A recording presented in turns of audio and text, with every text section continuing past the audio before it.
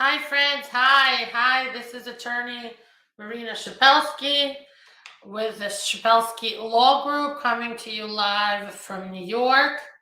And this is our weekly live show in English. This is the English speaking show. So if you don't speak Russian, this is the one that you should join. If you only speak Russian, please join me in the Russian language and my other Russian speaking channel, Marina Advocatessa. So guys, we haven't seen each other for a week, and as usual, it's never boring in the world of immigration law. There's always something happening, always something exploding, happening, coming into effect. And the biggest news this week was that the Biden administration announced a new asylum restriction for people filing at the border, at the Mexican-US border, and he brought back a Trump rule. The Biden administration announced a new policy Tuesday last week that would stop the majority of immigrants coming at the border from being able to enter United States. Olympia Kiss, thank you for my time and that I look great. Thank you, Olympia Kiss. So basically, at the border, you have to now, as it is right now, download the CBP1 mobile app, right? You apply for asylum inside Mexico on the app, and then you have to report if you traveled through third countries, like Mexico. You're in Mexico asking for asylum. And if you did, and you could have asked for asylum in those countries, for example, somebody flying from Pakistan could be flying through Turkey, for example, I'm just saying, and then from Turkey to Mexico. So if that's the case, they're going to say, why didn't you ask for asylum in Turkey? And they will be turned away. People like this who were passing through third countries will be stopped and turned back at the Mexican border if you did not try to ask for asylum in the country that you passed through before reaching United States.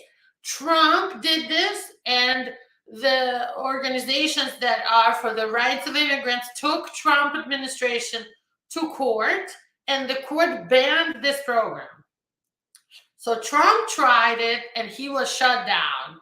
And ironically, the president that all of us attorneys and immigrant right advocates like myself have been applauding, President Biden, for trying to bring in all these good things, is now doing the same thing that Trump did because they just cannot manage the crisis at the border. There's so many people coming through legally at the border, and they're letting so many people in that it's created crises in major cities, including New York City, with all these new immigrants that have no place to stay, no place to live. And now in New York City, they're putting them up on cruise ships and shelters, and just like they're everywhere, it's a crisis along the border, Texas, Arizona, California, and they're overwhelmed. They cannot handle all these new immigrants. They were never prepared, and it's the resources of the taxpayers, people who are green card holders and U.S. citizens, and people who are native to the United States, that are supporting all these newcomers. So I'm not saying I'm defending President Biden's administration. I'm totally against this restriction, because not only it's going to affect the people at the border, it's definitely going to affect people asking for asylum inside the United States. But also, I am just explaining to you why the Biden administration was under so much pressure to do something with the border. And this is what they did. This policy repeats former President Trump's transit ban policy that was blocked in federal court before ever becoming in effect. So we will see what happens now with this new ban. They just announced it. Now, they were planning to start using it when the Title 42 ends. Title 42 is still in place now until May 11. of this, in 2 months. It's still going to be in effect until 2 months from now. May 11, 2023, Title 42 will end. Title 42 is now used to turn away at least some people at the border for public policy, for health reasons. But basically, the pandemic has ended, and Title 42 will end on May 11th. And the Biden administration wants to start this new asylum restriction then. So we will see what happens. Also in the news, Afghan evacuees, people who were evacuated from Afghanistan, could lose their deportation protections under the temporary rule that USCIS passed. They got parole, and they were able to stay in the United States in parole status with green cards. I'm sorry, not with green cards, with work authorizations, and not the green card, but work authorizations, and not being deportable. But that's going to expire soon. And to people who are from Ukraine and who are asking me what's going to happen with Uniting for Ukraine, it's a very similar program to what the Afghan refugees had to get, and that's going to expire soon. So just like that, perhaps the Ukrainian U4U program will expire when it ends too. We'll see what happens. No news about that so far. Also, in February, the statistics show that 21,000 cases were added to the backlog, to the long waiting line. So the National Visa Center saw an increase of 21,000 or 5%, 5.5% in the February of 2023 month. So that was the big news. You guys can ask any questions you want about immigration law and post them in the comments. I'm not going to give any legal advice. So for anything specific to your case, please call our office for a consultation. The number is on the bottom of your screen if you're watching me on Facebook or YouTube, 718-769-6352. If you're watching me on Instagram, it's definitely in my profile. So I will be answering questions, but it's for educational purposes only, and mostly so that other people can learn from your question and my answer to your question. And my friend The Dream says, good morning, Marina. So I'm just highlighting people from here. And Erkan Zeren, who watches me also frequently, says good morning and thank you for my time. Sophia, the blessed chosen, says hi, first time in my life. Welcome, Sophia.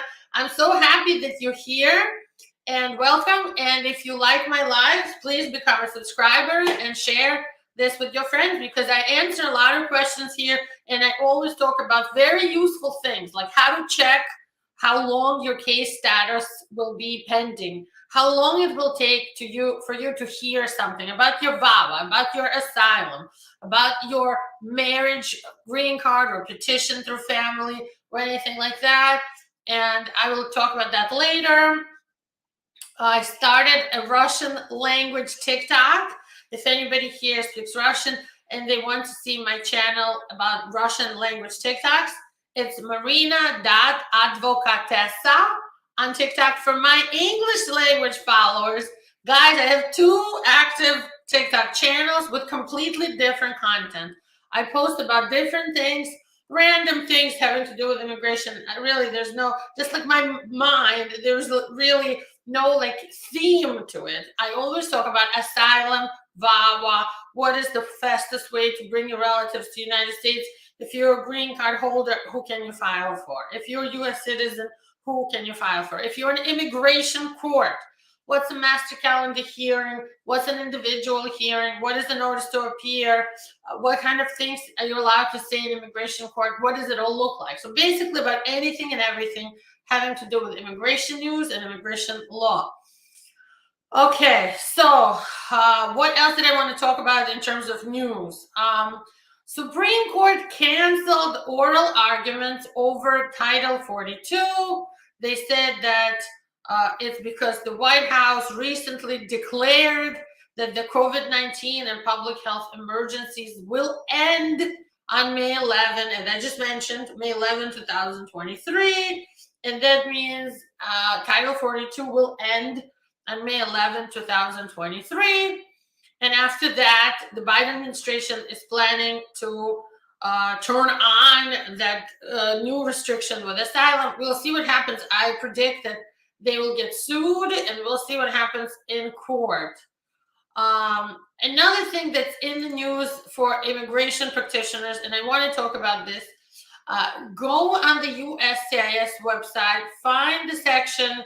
I'm gonna highlight it right now for public comment about increasing the government fees, the filing fees, and say you're against it. They are planning insane increases, insane, crazy numbers for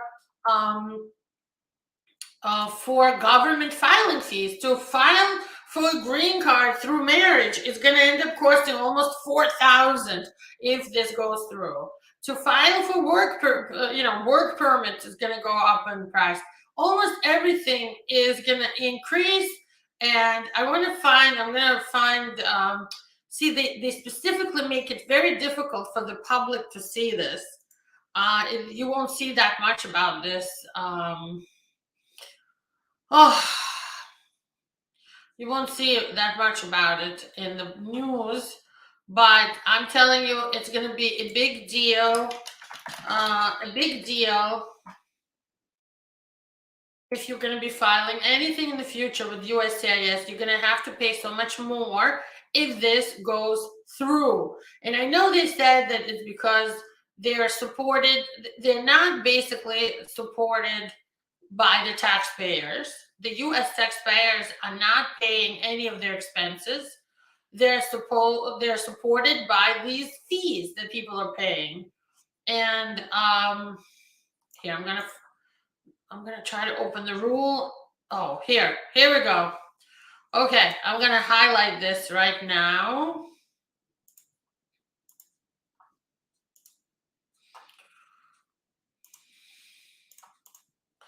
Okay, so if you're watching me here,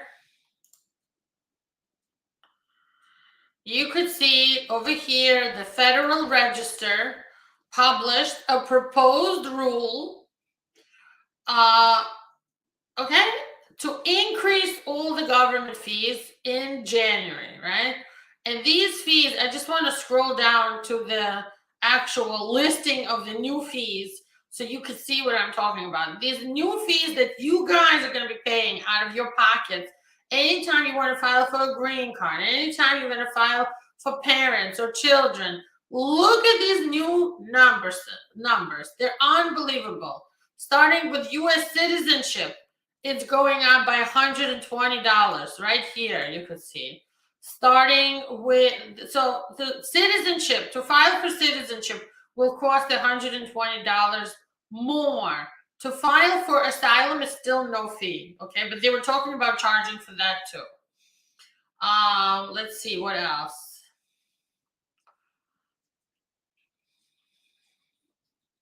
Family petitions. Fiancé visa is going up to $720. It's going to be an increase of $185. A family petition is going to cost $175 more. The orphan petitions, like if you want to adopt a child, that's going to cost more. Everything is going up, in other words.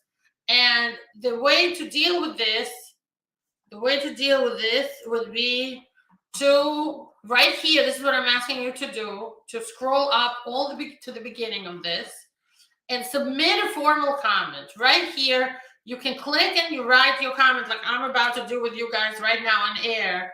As an immigration attorney and advocate for immigrants' rights in the United States, I am strongly opposed to raising all the USCIS fees posted, as it would create a tremendous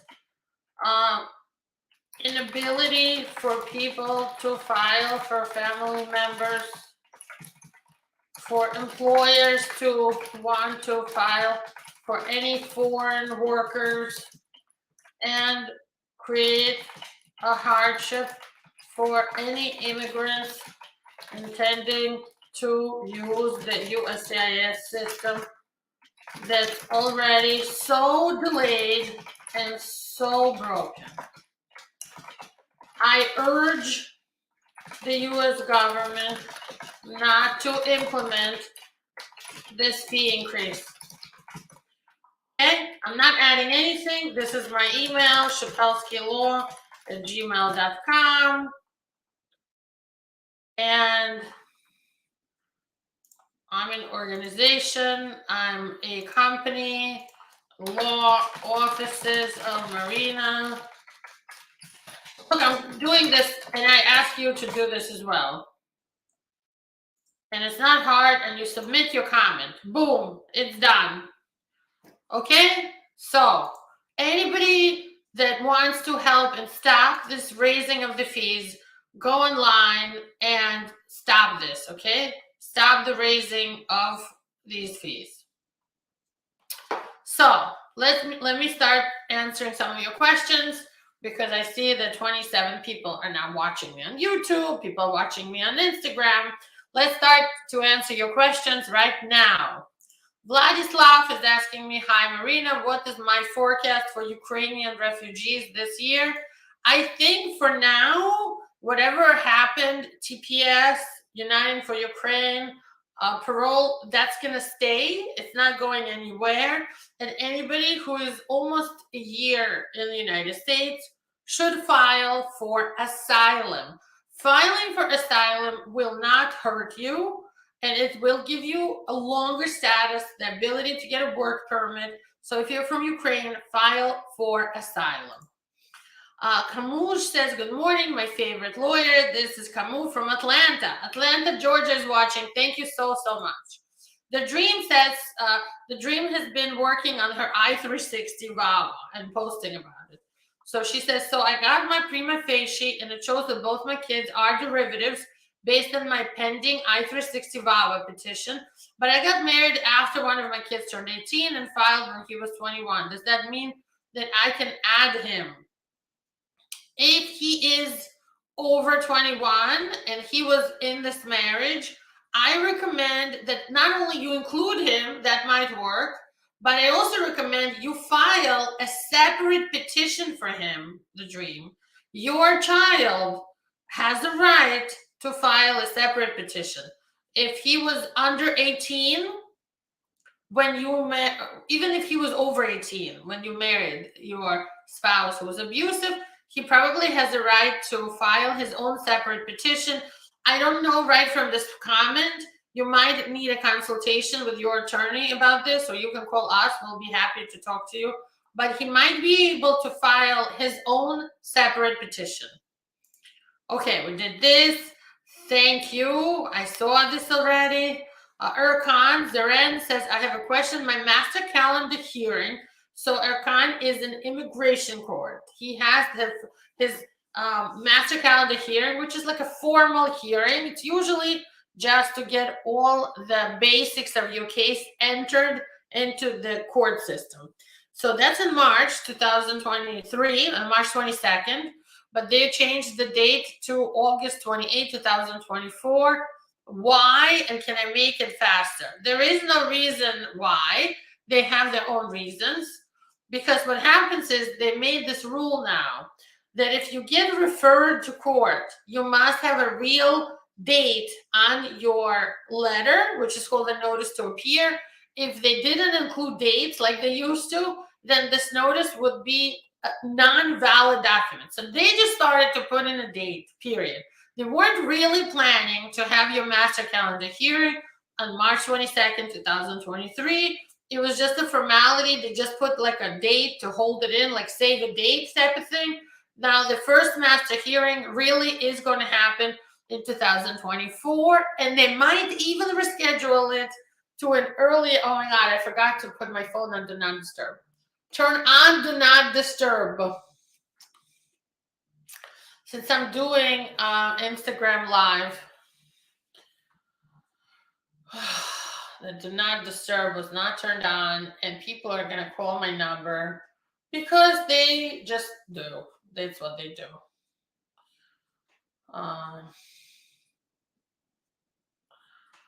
Okay, going back in Instagram.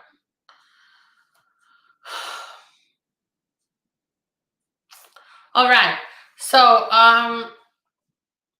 they will probably move your 2024 date to an earlier date. Okay. So I'm just gonna have to do a new live because I got knocked out on Instagram. I'm sorry, guys.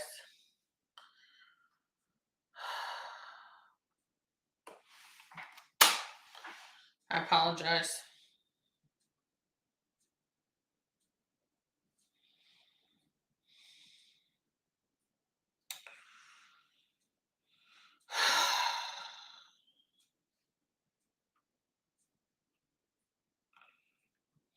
Okay. I just wanted to not lose this because people go back and they watch this all the time. And I'm going to do it part 2 now.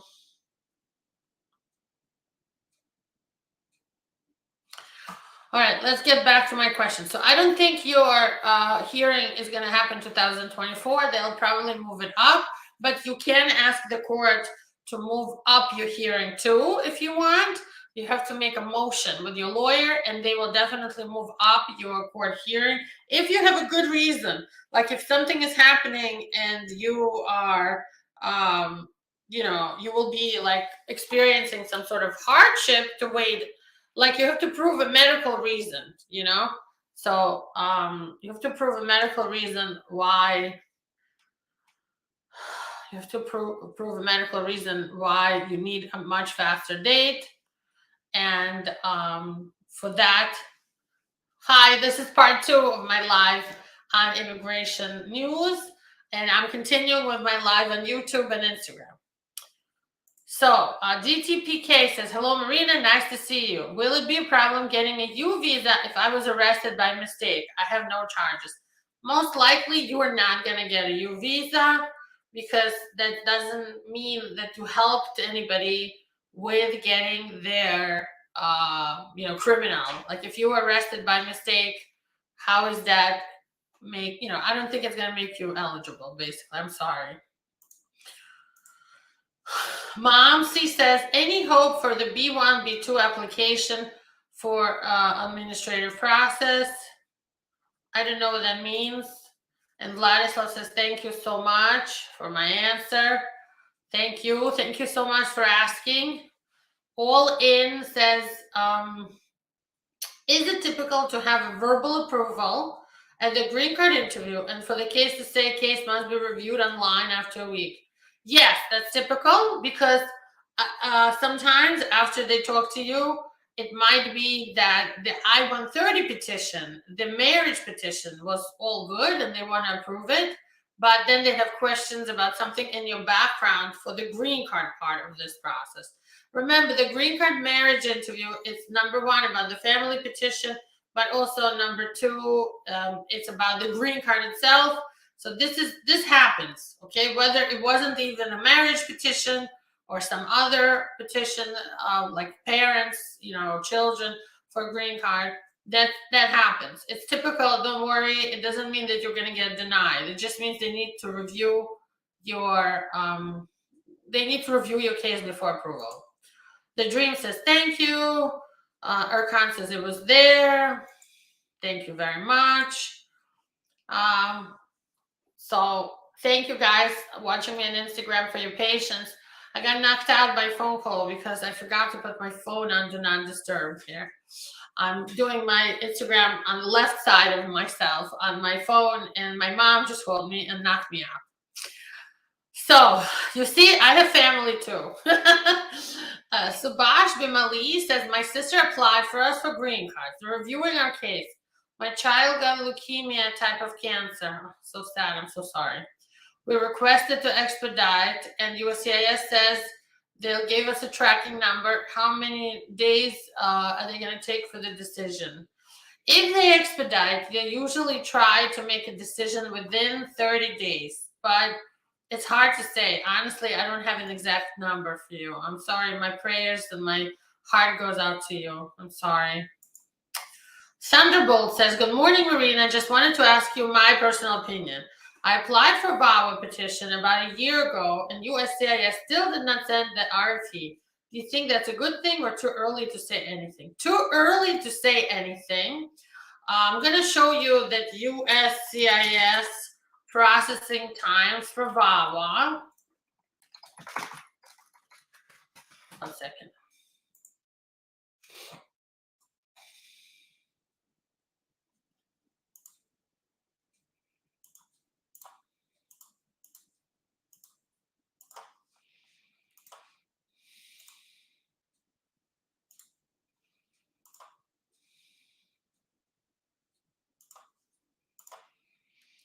Okay, it's on your screen if you're watching me on YouTube. The processing time for VAWA I-360 petition takes 32 and a half months, almost 3 years. That means nobody's going to touch your case for another year and a half for sure.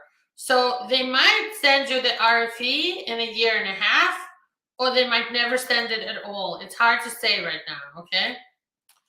All right, people are joining me on Instagram and people watching on YouTube. We're good. We're good. Okay. Nawan Sampath says applying for VAWA needs to file tax joint or married separately. Before filing VAWA, they want to see that you have joint tax returns. After you file for VAWA, it doesn't matter. They probably would not even know about them because whatever you sent for VAWA is what you sent. So I don't think it matters. Honestly, it's probably better that you file separately after you file for VAWA because you're trying to say that you can't get along with your spouse. They're abusing you. So it would be better to file separately after you file for VAWA. Sabash Bimali says, I can arrange medical papers for my child from the doctor, surgery paper for my child, which we have to go through. I understand. I know you want to expedite. Just do your best. All in says, I'm awesome. Thank you so much. Sophia has a question. I have a question for a friend. They were asking if they entered the country legally, but overstayed their visa for over 10 years. They have 3 citizen kids. Anything they can do to legalize? Please help. Okay, this is a great question. Thank you, Sophia. Thank you for asking. So, if you came here, overstayed your visa, or you crossed the border over 10 years ago, but you have kids born here, for those kids, in their interest to make their lives good, there's a process called cancellation of removal under 42B, okay? You basically start by filing for asylum, not because you need asylum, but because you need to get in front of an immigration judge to get this, okay? You file for asylum, they usually will deny you. You've been in the US so long, and then your case will be sent to immigration judge. At that point, you drop the asylum, unless you have an asylum case, but usually people don't. And you say, in the interest of my kids, who are citizens and who would experience extreme hardship. So here you have to prove the kids also have a medical problem or special needs or something else that's going on that makes it impossible for them to accompany you to your home country. All right. So in the interest of your kids, you ask the judge to file for cancellation 42B and get a green card through the court. It's a long process, takes about 5 to 6 years. But it works, and you can get a green card if you can show your kids are citizens, or you have parents who are citizens or green card holders, or kids who are citizens or green card holders, and they would experience hardship. The kids should be young. It should be small kids. If the kids, when you start this process, are close to 18, it's probably not worth it. But since they have 3 kids, I would start with using the youngest 1 or 2 for this process, okay? Okay, Cecile says, hi, Marina, what are the tips how to win cancellation of removal? What I just talked about, cancellation of removal for non-lawful permanent residents under 42B. This is so funny that Sophia and Cecile have the same question. Let me tell you how to win cancellation under 42B, guys. And then we'll get to the Instagram question in 1 second.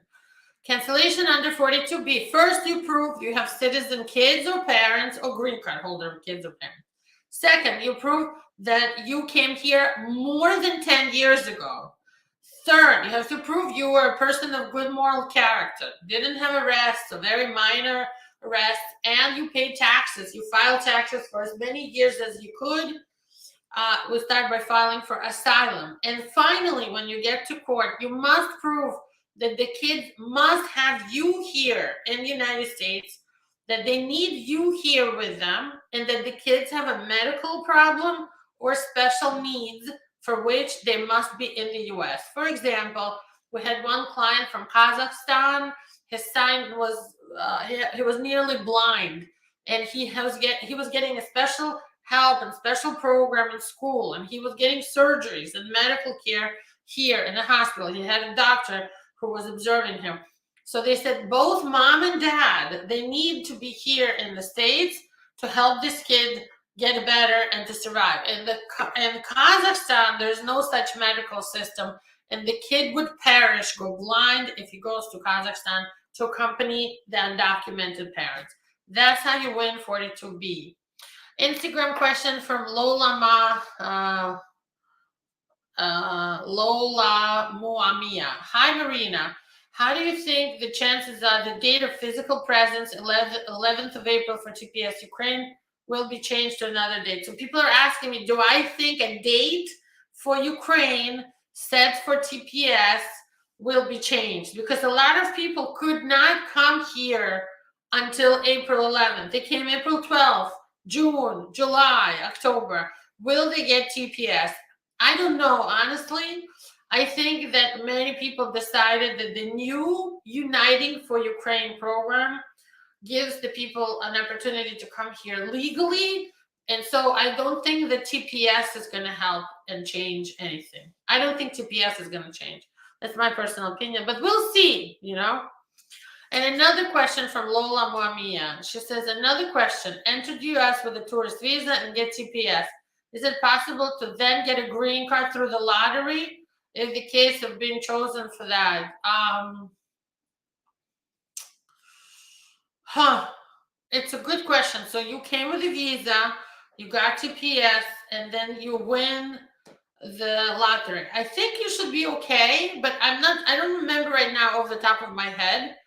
If you win, I think some states, I think you'll be able to get the green card. I'm pretty sure if you're here on TPS, but you came with a visa.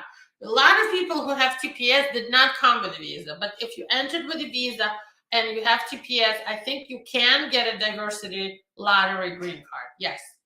Okay, let's move on to Mishad. Mishad wants to know, hello, can one apply for adjustment of status less than a year into the United States through visa V9293? I have no idea what visa 9293 is. What is that? Oh, it's the, oh my God, that's an old join.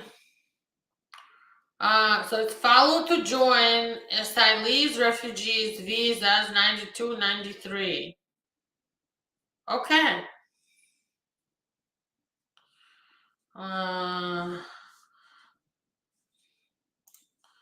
So the question is, can I apply for adjustment of status less than a year? Okay. So if you came as a follow to join on an asylum petition, all the asylum holders, every one of them has to wait 1 year of being in asylum to file for a green card. I know that you read the new clarification that came out 2 weeks ago that said the physical presence for people who are here in asylum status for the green card application, they need a year, but that year can be as of the date of the adjudication or decision.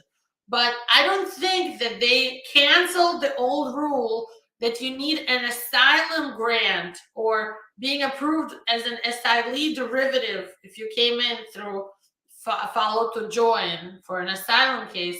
They didn't do away with that 1 year status rule. So you need to hold the status for 1 year. plus the physical presence for 1 year, that they're kind of being flexible with. They're saying, as long as by the time you get to the interview, you've been here 1 year physically, that's okay. So I think that's the answer. No, 1 year you have to wait, a whole 1 year. So then Lola Momia is asking if I think the Uniting for Ukraine program will be closing soon. I haven't heard anything about it being closed soon. So for now, I don't know anything about it. I think that it will be okay for a while. I think people should be filing for Uniting for Ukraine as much as they need to be filing right now. I wouldn't wait.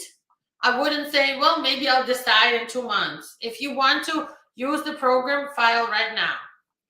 Okay, Mamsie says, my B1, B2 tourist visa application status has been an administrative process since December 21. Any hope for me? Well, if they're administratively checking it, there is a little bit hope, but honestly, I don't have that much hope. Sophia says, oh, wow, thanks for answering my questions. Yes, I will let them know. And kids are underage, and one of the kids has special needs. Definitely good for cancellation of removal 42B. If the kid has special needs, they're fully eligible. They will have a good chance to win. But one last thing I want to say.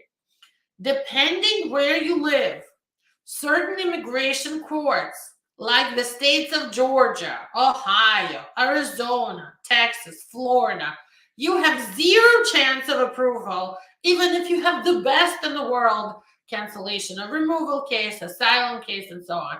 Because those judges just look at the numbers, statistically don't approve anybody.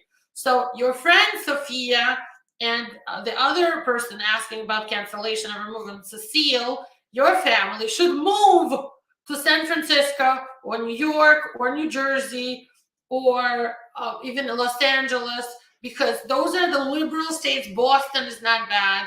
Those are the liberal cities with immigration courts that have, that approve these cases. If you live in Texas, you will have the best in the world case, and you're still going to get denied. Those southern states, the Midwestern states, they just deny left and right, okay? So I warned you, I'm telling you, if you live in those places, you're not going to win. Alex Bill says, hi, Marina. Hello. Hi. Yasser Ibrahim says, hi, Marina. Why is there a difference between lawyers when asked how long to get BFD and work permit after biometrics? Because it depends where you live. You shouldn't even have to ask a lawyer. I'm going to show you right now how to check, okay? First thing you do is, you check, let's see, BFD is the bona fide determination, U visa. That's a new thing. It just came out. From what I heard amongst my colleagues and from our experience, that takes like 2 to 3 years to get. This is for the U visa. So people who file for the U visa, they need to get the bona fide determination to get the work permit, okay? The entire process of the U visa takes now, and I'm going to show you how long. I'm talking about the entire, from the beginning to end of being approved for the U visa, right? The bona fide determination comes before, but the U visa, okay, so I'm going to share my screen so you guys can see what I'm doing, and you can do the same for whatever case you have, okay? So I'm going to do this right in front of you. I scroll down to the check case processing times. 918 is the form. Then you choose that it's a petition for non-citizen, and then you choose if your case is in Nebraska or Vermont. Let's say if it's in Nebraska, okay, the U visa petition is taking 60.5 months. That's about 5 years. The bona fide determination, that just came into law like a couple of years ago. So if you've been waiting for 4 years, it doesn't mean that yours is going to come right now. It just means you're going to have to wait a couple of years to get that bona fide determination. None of us lawyers know exactly how long. You could hold a gun to my head and I won't be able to tell you, because it's not like there's any reason or logic to this whole system, especially when you guys are asking how long. There's no way we can predict that. What we all do is we look at these processing times and tell you, what forms they post about. The bona fide determination, they don't report, they don't post about. The only reason that I know is because I've asked other colleagues of mine, and we meet with USCIS every few months, and we can ask them questions, and this is what they say: approximately 2 years for the bona fide determination, and then you get the work permit. Who knows how long that's going to take? I'm sorry. Sophia says that the person doesn't live anywhere there, they live in Connecticut. Okay, so let's look at Connecticut. So we go to, there's this website. Again, I'm going to share my screen again, okay? Share screen. Okay, 1 second.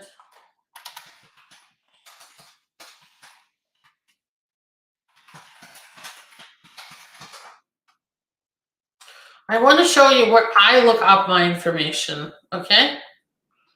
So I'm gonna,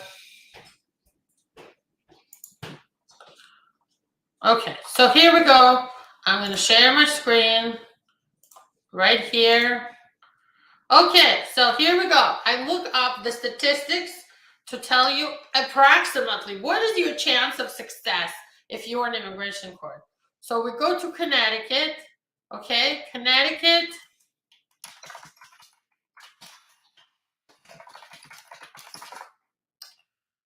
is in Hartford. So I go to Hartford.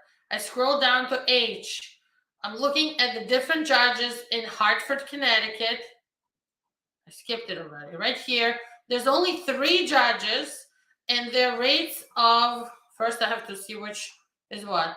The percentage granted of other relief, and cancellation of removal is other relief, is going to be the second column with the numbers. So I scroll down to Hartford.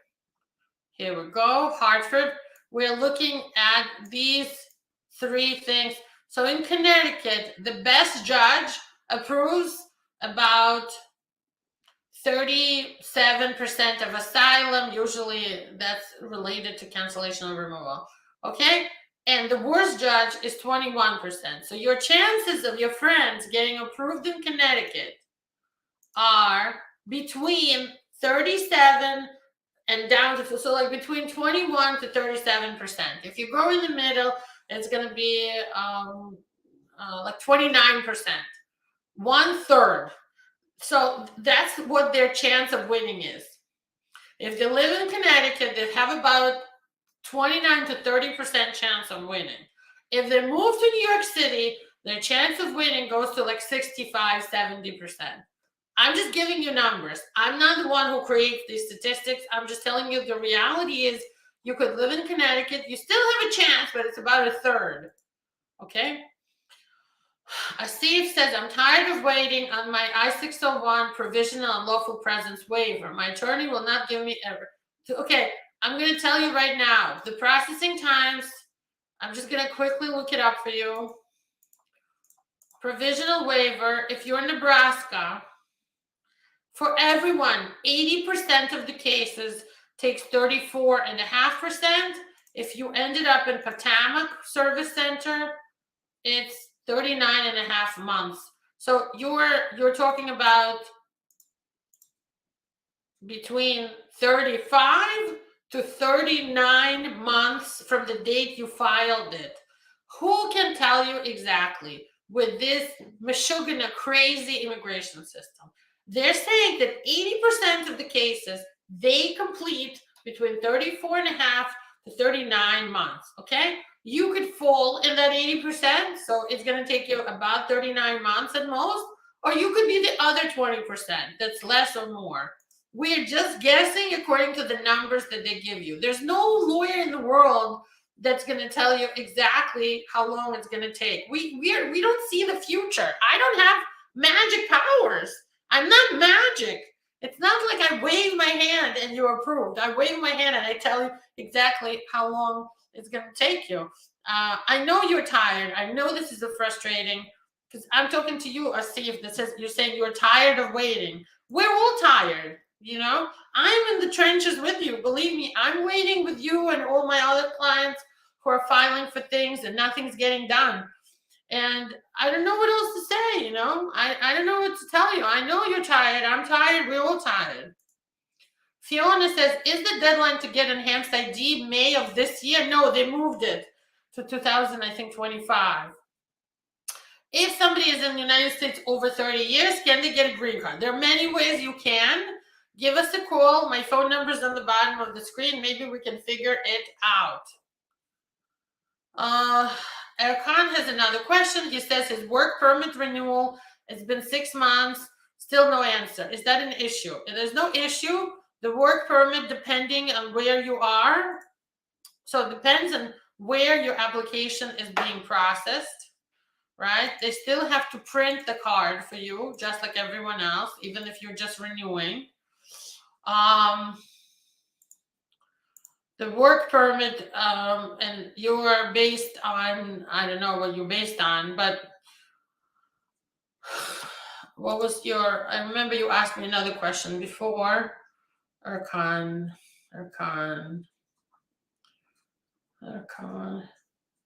Okay, asylum, because you're in immigration court. I assume your work permit is based on asylum. So I'm gonna find the CO8 renewal replacement. Here we go. If you're in Nebraska, renewal of your asylum base is 13 and a half months. You've only waited for 6.